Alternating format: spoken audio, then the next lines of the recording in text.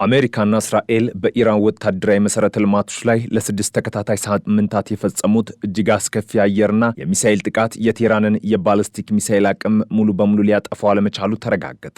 የሁለቱ ሀገራት ጥምር ጦር በኢራን ላይ ያካሄደው መጠነ ሰፊ የቦምብ ድብደባ የኢራንን ወታደራዊ አቅም በእጅጉ የጎዳው ቢሆንም የእስራኤል መከላከያ ሰራዊት ባወጣው ይፋዊ መረጃ መሰረት ግን ቴህራን አሁንም ድረስ በመቶዎች የሚቆጠሩ የሚሳኤል ማስወንጨፊያዎችና ከ1000 በላይ የተዘጋጁ ባሊስቲክ ሚሳኤሎችን በምድር ውስጥ ደብቃ ማቆየት ይችላለች ብለዋል። አሜሪካ በማዕከላዊ ይዟ በኩል ከ13000 በላይ ኢላማዎችን መምታቷን ስታሳውቅ እስራኤል በበኩሏ 4000 የሚጠጉ ወታደራዊና ስትራቴጂካዊ ኢላማዎች ላይ ጥቃት ማድረሷን ገልጻለች። ይሁን እንጂ የሁለት ሳምንቱ ጊዜያዊ የተኩስ አቁም ስምምነት ተግባራዊ ከመደረጉ ከጥቂት ቀናት በፊት እንኳ ሳይቀር ኢራን ወደ እስራኤልና መካከለኛው ምስራቅ ወደሚገኙ ሌሎች ሀገራት ባሊስቲክ ሚሳኤሎችን ያለማቋረጥ ስታስወነጭፍ ታይታለች። ምንም እንኳን ጦርነቱ እየተራዘመ ሲመጣ ኢራን የምታስወነጭፈው የሚሳኤል መጠን በከፍተኛ ሁኔታ ማሽቆልቆል ቢታይም ይኸውም በመጀመሪያው ቀን ወደ እስራኤል ከተተኮሱት 80 ሚሳኤሎች በቀጣዮቹ ሳምንታት በቀን ወደ 10 እና 20 ሚሳኤሎች ዝቅ ቢልም ይህ ተከታታይነት ያለው የሚሳኤል ጥቃት አሜሪካና እስራኤል ያደረሱት የጥቃት መጠን ምን ያህል ነው የሚለውን ጥያቄ ፈጥሯል።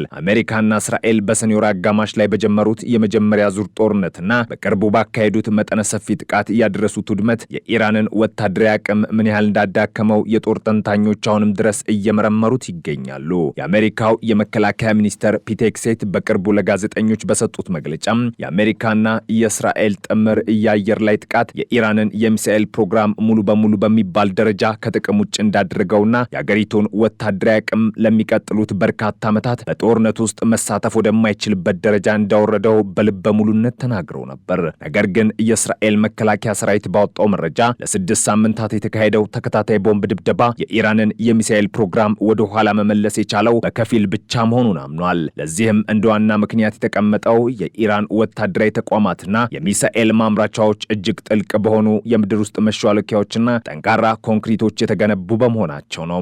የጠንካራ የምድር ውስጥ መሰረተ ልማት የእስላማዊቷ ሪፐብሊክ የጦር መሳሪያ ክምችት ግንባታን እያዘገየው ቢሆንም ሙሉ በሙሉ ማስቆም ግን አልቻለም። አሜሪካና ኢራን ማክሰኞ ዕለት ዳግም የተኩስ አቁም ድርድራቸውን ለመቀጠል ቀጠሮ በያዙበት በዚህ ወቅት እስራኤል ከፍተኛ ስጋት ውስጥ ገብታለች። የእስራኤል ጦር ሬዲዮ ከፍተኛ ወታደራዊ ምንጮችን ጠቅሶ እንደዘገበው በድርድሩ ላይ የኢራን የባሊስቲክ ሚሳኤል ጉዳይ አለመካተቱ እስራኤልን ክፉኛ አስደንግጧታል። ቴህራን የሚሳኤል ፕሮግራሟን ማሳደግ እንድትቀጥል የሚፈቅድ ስምምነት ላይ ሊደረስ ይችላል የሚለው ስጋት በእስራኤል ባለስልጣናት ዘንድ በስፋት እየተብላላ ይገኛል። አንድ ስማቸው እንዳይጠቀስ የፈለጉ ከፍተኛ የኢራን ባለስልጣን ለሮይተርስ የዜና ወኪል በሰጡት ቃልም የኢራን የመከላከያ አቅምና የባሊስቲክ ሚሳኤል ፕሮግራም ከማንኛውም ሀገር ጋር በተለይም ከአሜሪካ ጋር ለድርድር የሚቀርብ ጉዳይ አለመሆኑን በማያሻማ ሁኔታ አረጋግጠዋል። እስራኤል በኢራን የጦር መሳሪያ ማምረቻ ፕሮግራም ላይ ከፍተኛና ሊጠገን የማይችል ጉዳት እንዳደረሰች ብታምንም የቅርብ ጊዜ የእስራኤል መከላከያ ሰራዊት የደህንነት መረጃዎች እንደሚያሳዩት ኢራን አሁንም ድረስ ወደ 1000 የሚጠጉ የባሊስቲክ ሚሳኤሎች በእጇ ይገኛሉ።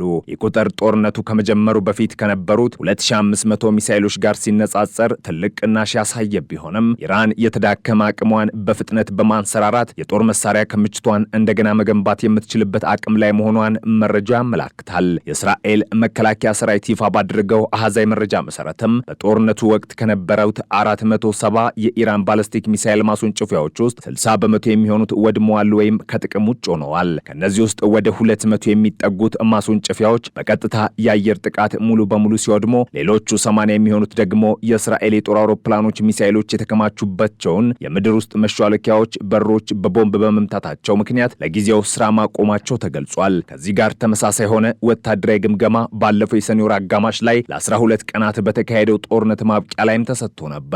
በወቅቱ ዋሽንግተን ፖስት ጋዜጣ የእስራኤል ባለስልጣናትን ጠቅሶ እንደዘገበው ከ3000 የኢራን ባሊስቲክ ሚሳኤሎች ውስጥ ግማሽ ያህሉ እንዲሁም ከ500 ማስወንጨፊያዎች ውስጥ 80 በመቶ የሚሆኑት መውደማቸው ተነግሮ ነበር። እነዚህ አሃዞች እስራኤል ያደረሰችውን የውድመት መጠን የሚያሳዩ ቢሆንም በሌላ በኩል ደግሞ ኢራን የተመታውን አቅሟን በፍጥነት የመተካትና ዳግም የማደራጀት ከፍተኛ ብቃት እንዳላት የሚያረጋግጡ ናቸው። ይኸውም ኢራን በቅርቡ በተካሄደው ጦርነት ውስጥ ያላቋረጠ የሚሳኤል ጥቃት መሰንዘር መቻሏ የዚህ ማሳያ ነው። እስራኤል ከአሜሪካ ጋር በመተባበር በኢራን ላይ ጦርነት የከፈተችው የኢራንን የባሊስቲክ ሚሳኤል አቅምና የኒውክሌር ማበልጸጊያ ተቋማትን ሙሉ በሙሉ ለማጥፋት እንዲሁም በአገሪቱ ውስጥ የስርዓት ለውጥ ለማምጣት ምቹ ሁኔታ ለመፍጠር መሆኑን በይፋ ሳወቃ ነበር። የእስራኤል ጦር እንዳስታወቀው በጦርነት ወቅት እጅግ ስኬታማውና ጠንካራው ምት ያረፈው በኢራን የጦር መሳሪያ ማምረቻ ኢንዱስትሪ ላይ ነው።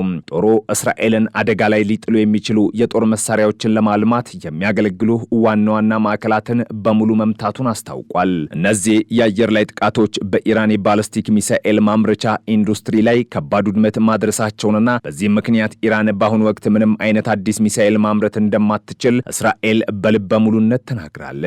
ይሁን እንጂ አርብ ዕለት ለጋዜጠኞች ማብራሪያ የሰጡት ከፍተኛ የእስራኤል ወታደራዊ ባለስልጣናት ኢራን የተጎዱትን የማምረት አቅሞቿን በፍጥነት ጠግና ወደ ስራ ለመመለስ ሌት ተቀን እየሰራች መሆኗን ገምግመዋል። የእስራኤል ወታደራዊ መረጃ ዳይሬክቶሬት ባወጣው ትንተና መሰረትም እስራኤልና አሜሪካ በኢራን ላይ ይህንን የቅድመ መከላከል ጦርነት ባይከፍቱ ኑሮ ኢራን በአንድ ዓመት ተኩል ጊዜ ውስጥ ብቻ 8000 የባለስቲክ ሚሳኤሎችን የማምረትና የማከማቸት አቅም ላይ ትደርስ ነበር። ይህን ያህል ግዙፍ የሆነ የሚሳኤል ክምችት የእስራኤልን የአየር መከላከያ ስርዓት አቅም ከመፈታተኑም በላይ በእስራኤል ከተሞችና መሰረተ ልማቶች ላይ እጅግ አሰቃቂና ሰፊ ውድመት ሊያስከትል ይችል እንደነበርም ተገምቷል። በአሁኑ ሰዓት ግን በተደረገው መጠነ ሰፊ ጥቃት ምክንያት የኢራን የማምረት ሂደት የተስተጓጎለ በመሆኑ በመጪዎቹ ጥቂት ዓመታት ውስጥ ማምረት የምትችለው ጥቂት ሺህ ሚሳኤሎችን ብቻ እንደሚሆን ይታመናል። ይህ የማምረት አቅምም ቢሆን ኢራን በፕሮግራሙ ላይ በምታፈሰው የገንዘብ መጠንና ከውጭ ሀገራት በምታስገባቸው የጥሬ ዕቃዎች አቅርቦት ላይ በእጅጉ የተመሰረተ ይሆናል።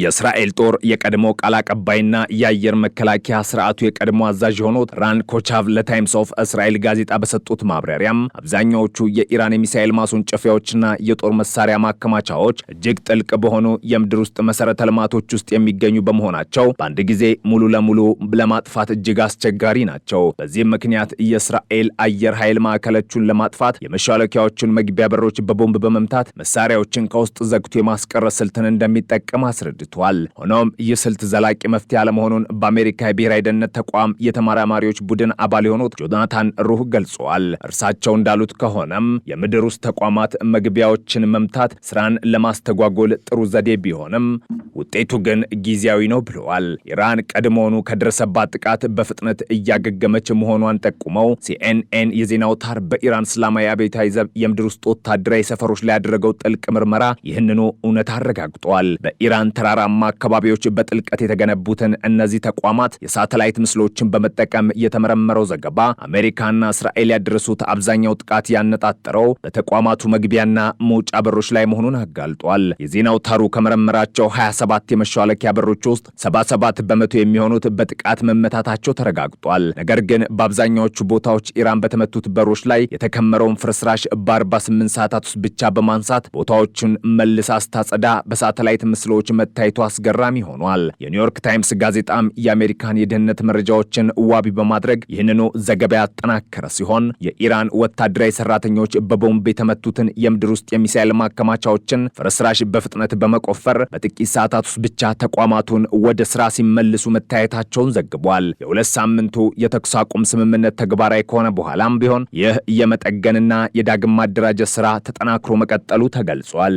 ይህ በእንዲህ እንዳለም በአካባቢ ያለው ወቅታዊ ሁኔታ ጦርነቱ ሊያበቃ የሚችልበት ወሳኝ ምዕራፍ ላይ ይገኛል። የሁሉም ወገኖች ቀዳሚና አስቸኳይ ትኩረት ሊሆን የሚገባው ጦርነቱ ዳግም እንዳያገረሽ በማንኛውም መንገድ መከላከል ነው። ቻይና ይህንኑ አቋም በማንጸባረቅ የሚመለከታቸው አካላት አለመግባባቶችን በፖለቲካዊና ዲፕሎማሲያዊ መንገዶች ለመፍታት የሚያደርጉትን ጥረት ሙሉ በሙሉ ትደግፋለች ብለዋል። የዚህ ጥረት ዋና ግብ ሙሉና ዘላቂ የሆነ የተኩስ አቁም ስምምነት ላይ መድረስ እንዲሁም የመካከለኛው ምስራቅና የባህረ ሰላጤውን ቀጠና ሰላማዊና የተረጋጋ ማድረግ ነው ስትል ቻይና ገልጻለች። ቻይና የሀገሪቱ ፕሬዝዳንት ሺጂፒንግ ያቀረቡትን ባለ 4 ነጥብ የሰላም ሀሳብ መሰረት ከማድረግ ከዓለም አቀፉ ማህበረሰብ ጋር በመተባበር ንቁና ገንቢ ሚና ለመጫወት ዝግጁ መሆኗን አስታውቃለች። ቻይና በአቋሟ ላይ ያላትን ጽናት በተደጋጋሚ የገለጸች ሲሆን ኃላፊነት እንደሚሰማት ታላቅ ሀገር ዓለም አቀፍ ግዴታዎቿን በመወጣት ረገድ ሁልጊዜም አርአያ ሆና መቆየቷን አረጋግጣለች። ከተያያዙ ጉዳዮች ጋር በተገናኘ የቻይና ፖሊሲን ለሚደግፉ ሀገራት ያላትን አድናቆት የገለጸች ሲሆን የፖሊሲ ከዓለም አቀፍ ሕግና ዓለም አቀፍ ግንኙነቶችን ከሚመሩ መሰረታዊ መሪዎች ጋር ሙሉ በሙሉ የሚጣጣም መሆኑን አስረድታለች። በዓለም ላይ የሪፐብሊክ ኦፍ ቻይና ፕሬዚዳንት የሚባል ነገር እንደሌለና ይህንን ሐሰተኛ ማዕረግ የሚጠቀም ማንኛውም አካል ታሪክን የሚቃረንና በራሱ ላይ ውርደትን የሚጋብዝ መሆኑን አስጠንቅቃለች። አንድ የቻይና ፖሊሲ የታሪክ አቅጣጫና የህዝብ አስተያየት የሚያዘነብልበት ትክክለኛ መንገድ መሆኑን ያብራራችው ቻይና ይህንን መርህ ማስጠበቅ ትክክለኛ እርምጃ መሆኑን አጽንኦት ሰጥታለች። የቻይና የመጨረሻ ውደት ማንም ሊያቆመው እንደማይችልና ታይዋንን ነጻ ሀገር ለማድረግ የሚደረጉ ማናቸውም የመገንጠል ሙከራዎች ከንቱና መክሸፋቸው የማይቀር መሆኑን በጽኑ አሳውቃለች። በተመሳሳይ ሁኔታ ቻይና በጃፓን መንግስት ላይ ከፍተኛ ትችት ሰንዝራለች።